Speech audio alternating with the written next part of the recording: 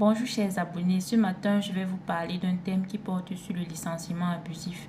Je vais vous raconter une histoire qui porte là-dessus et je suis sûre que certains d'entre vous vont se retrouver dans cette histoire parce que c'est quelque chose qui se passe généralement dans notre société et la plupart des personnes ne savent pas comment s'y prendre. Donc je vais commencer. C'est l'histoire d'un monsieur qui s'appelait Sieur Alain Kamga. Dans sa recherche du travail, il a pu décrocher un emploi dans une société de la place en contrepartie d'un salaire de 150 000 francs CFA. Vous savez que dans notre pays, trouver le travail n'est pas chose facile. Bien que ce monsieur avait des lourdes charges, il a quand même accepté ce poste et il a commencé à travailler. Dans son job description, il devait cibler les zones de vente, prospecter les clients, gérer les stocks des marchandises de leur société, encaisser les paiements des stocks vendus. Son employeur lui a donc signé un engagement à l'essai de 3 mois. C'est un engagement renouvelable. Ce contrat a été renouvelé 3 mois après et ce monsieur a continué à travailler. Depuis la date de son recrutement, il a toujours servi son employeur avec abnégation, dévouement et conscience professionnelle. Imaginez un peu.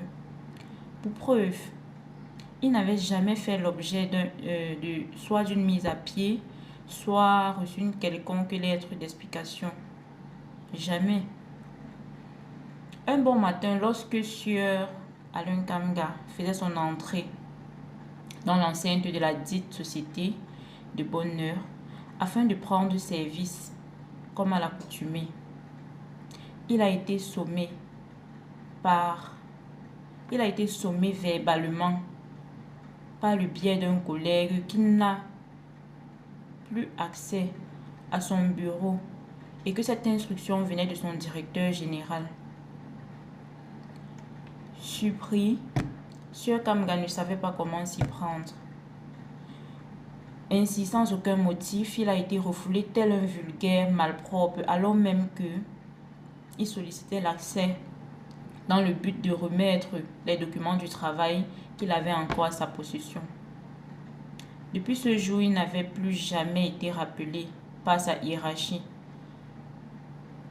Et naturellement, ces faits constituaient, à n'en point douter, un licenciement abusif au sens des dispositions du Code du travail. Sieur Alain Kamga était donc en droit de réclamer à la société le paiement des droits consécutifs au licenciement abusif dont il a été victime, sans oublier de relever qu'il avait 3 mois de salaire impayé. 3 mois de salaire impayé. Imaginez un seul instant. Comment est-ce qu'un employé peut faire pour vivre 3 mois sans salaire? Mais il avait quand même supporté, puisque son employeur lui faisait part des difficultés qu'il traversait et qu'il patiente et tout. Pour donner gain de cause à Sieur Alain Kamga, je l'ai conseillé de convoquer ce monsieur ou bien cette société devant le délégué régional du travail de la sécurité sociale afin de les entendre, ce qui a été fait aussitôt.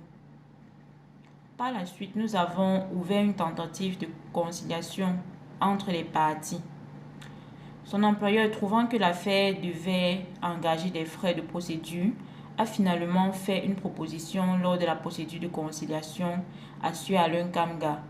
Et ce dernier accepta, puisque de toutes les façons, cette proposition était plutôt intéressante. C'est ainsi qu'il trouva gain de cause et bénéficia du reliquat sur son salaire impayé.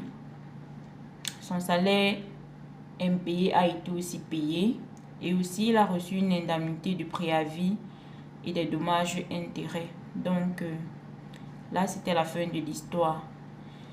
Likez, partagez au maximum, appuyez sur la cloche de notification pour ne rien rater. Je vous remercie, portez-vous bien et à bientôt.